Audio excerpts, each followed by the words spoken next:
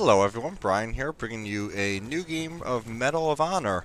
While I was at work today, I ducked out real quick and ran over to GameStop, and I decided to pick this up and give it a try.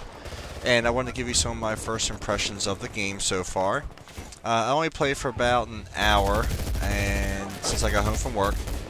And my first impressions are the maps are incredibly detailed, much more so than Modern Warfare 2. The gameplay is definitely a lot faster paced, and it is much more difficult to spot your opponents hiding in buildings or hiding around corners than it is in Modern Warfare 2. You die a hell of a lot quicker, as I just did right there again. So this is definitely going to take a lot of getting used to compared to Modern Warfare 2. There's no doubt about that, at least as far as I'm concerned. There are 3 different classes you can choose from, Rifleman, Special Ops, and Sniper. I think in this gameplay I tried all 3, so I'm just trying to get a feel for it. I need to learn the maps, definitely.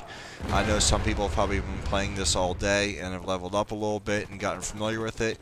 I never personally played the beta, so I really am starting entirely from scratch. I really have no clue what's going on. I need to learn a couple of the control differences and whatnot.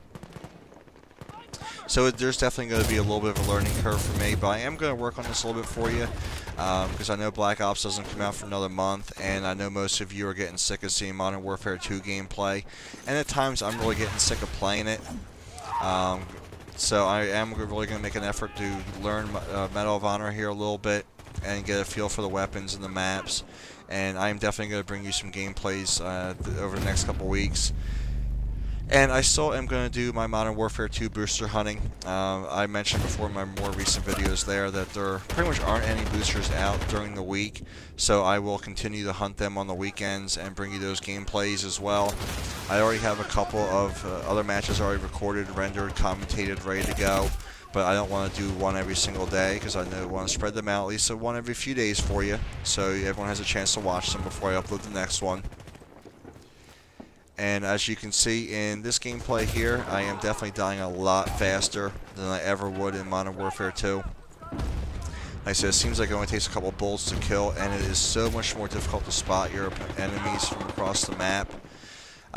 Snipers are picking you off pretty much at will. I did watch a real quick game by Wings of Redemption. He said he pretty much loves this game, so I really value his opinion. He puts out some great content. So I did want to get into this right away.